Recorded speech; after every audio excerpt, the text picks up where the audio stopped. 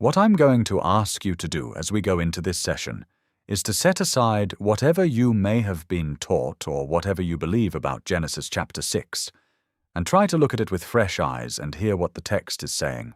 My goal is not to sell you a particular view, but to equip you to do your own homework, to do your own digging, and to come to your own conclusions.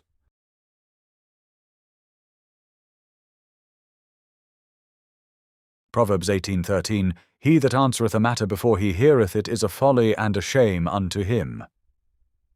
So set aside what prejudices you may have about the strange things that are going to go on in chapter 6 of Genesis, and let's try to approach it openly and with an inquiring mind.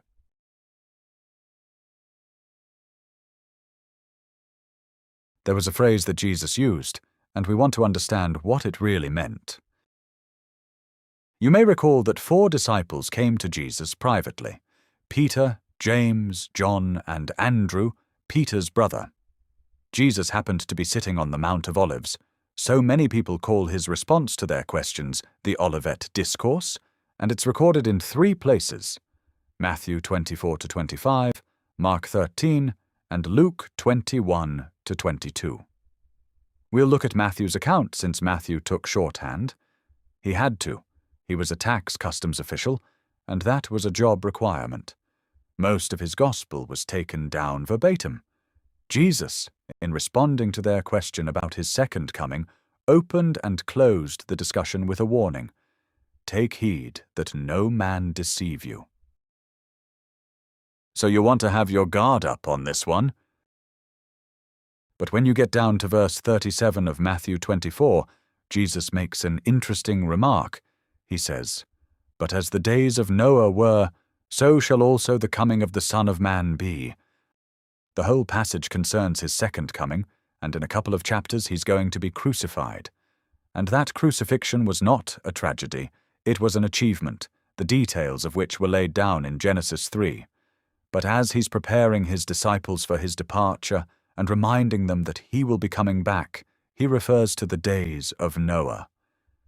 And most don't understand what he's talking about. They have no idea what the days of Noah were really like. Yes, they were days of great sinfulness. But if that was all there was, we had better get ourselves some life jackets.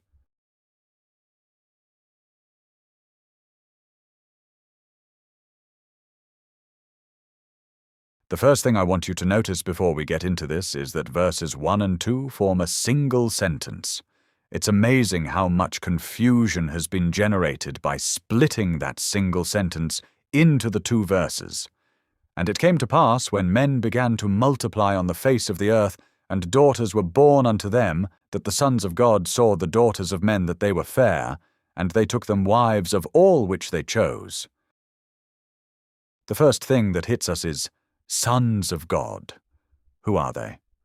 Notice also, men began to multiply. That's men in general, no particular subset. And they had daughters. Again, we're talking daughters in general. We're not talking about a specific group of daughters. We're born of them, and that the sons of God, whoever they were, saw the daughters of men that they were fair, attractive. I assume that was a general attribution, and they took them, wives of all, which they chose.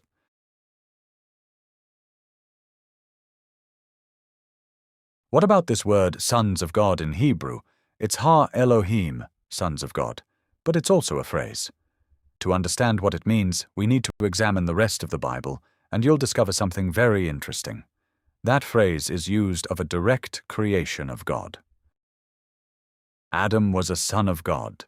He was a direct creation of God, but he fell and became sinful. You and I, as natural-born sons and daughters, are sons and daughters of Adam in the natural. We have a genetic defect that's called sin, therefore we die.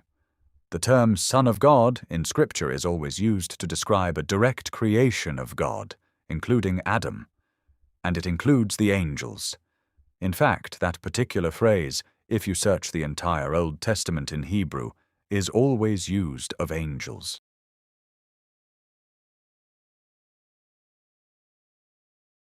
So the sons of God refer to angels. This leads then to a pretty weird set of views about this chapter, views that are not taught in most seminaries. To corroborate this view, there's a book called the Book of Enoch, which is not part of the Bible, and it's not regarded as an authentic source. It is named after what may have been, at one time, an authentic source that's been lost. But it's a very valuable book. It emerged about the 2nd century before Christ, and what makes it valuable is not its content because it's not inspired, but it's very useful for grammar and vocabulary because it's in Hebrew 2 centuries before Christ, and it addresses the issues in Genesis 6. Don't misunderstand me. I'm not suggesting the Book of Enoch is inspired literature. I am saying it's a useful reference point for understanding the grammar and vocabulary of that day.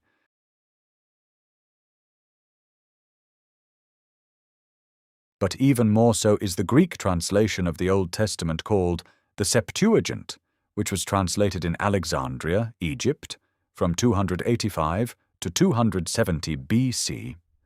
What makes this so valuable is that Greek is a very precise language. In fact, no language has ever come along as precise as Greek. Every verb has to fit 5 conditions, for example. The Septuagint clearly translates Bene Haelohim as angels. This was done by great Hebrew scholars 3 centuries before Christ's birth. So I'm going to suggest that, at least in some of these cases, it's very authoritative. And it came to pass, when men began to multiply on the face of the earth, and daughters were born to them, that the sons of God saw the daughters of men that they were fair. We talked about the sons of God. Now notice daughters of men. In Hebrew, Benoth Adam.